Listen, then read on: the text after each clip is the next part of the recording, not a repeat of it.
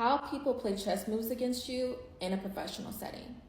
One tactic that people who are envious of you and or threatened by you in a professional setting will use is strategic isolation. And they'll often do this, for example, say like in a group project. Say you all need to obviously communicate and collaborate to complete this project. What an envious person or a group of envious people will do is they will refuse to communicate with you as far as next steps.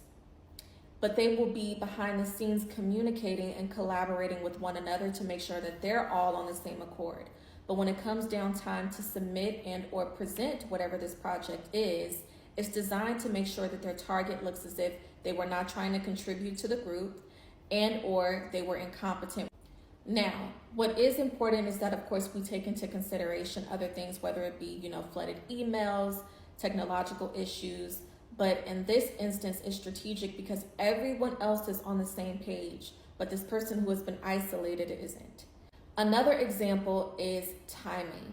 So, of course, when it comes to group projects, everyone has to meet at the time that works best for most of the group members, ideally all group members, right? Say that the target of Envy has been given specific instructions to show up or to present at a particular time, but everyone else received different information.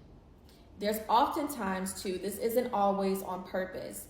9 times out of 10, there is a catalyst as to why there is discord and disconnection in the group, and it's rooted in one person's negative intentions. So this person will strategically give bad information to the one person, the one group member, and then all the other group members, they'll share the same information, the same time, the same location. And what they're trying to do is present to the other members, see, this person is incompetent. They're not a quote unquote team player. They make everything difficult, but it's because they're being force-fed misinformation.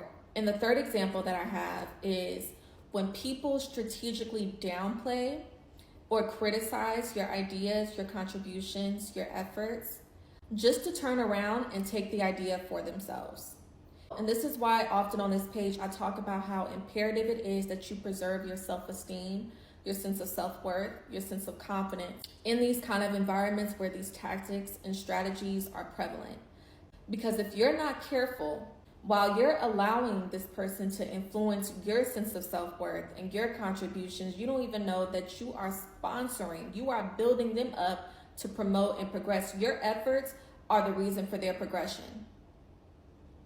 You don't even know that behind the scenes, they're taking your work and they're getting promotions that are rightfully yours. And to drive this home a little bit more, I'm actually going to read the nip in the bud tactic that's listed in this book, of course, because this specific tactic depicts the chessboard metaphor, especially when we talk about strategic timing and calculation. Nip in the bud tactic. This tactic depicts the importance of timing. When an envious person utilizes this tactic, they are often thinking 10 steps ahead before attacking their target. They will organize an attack that weakens something their target is going to need in the future.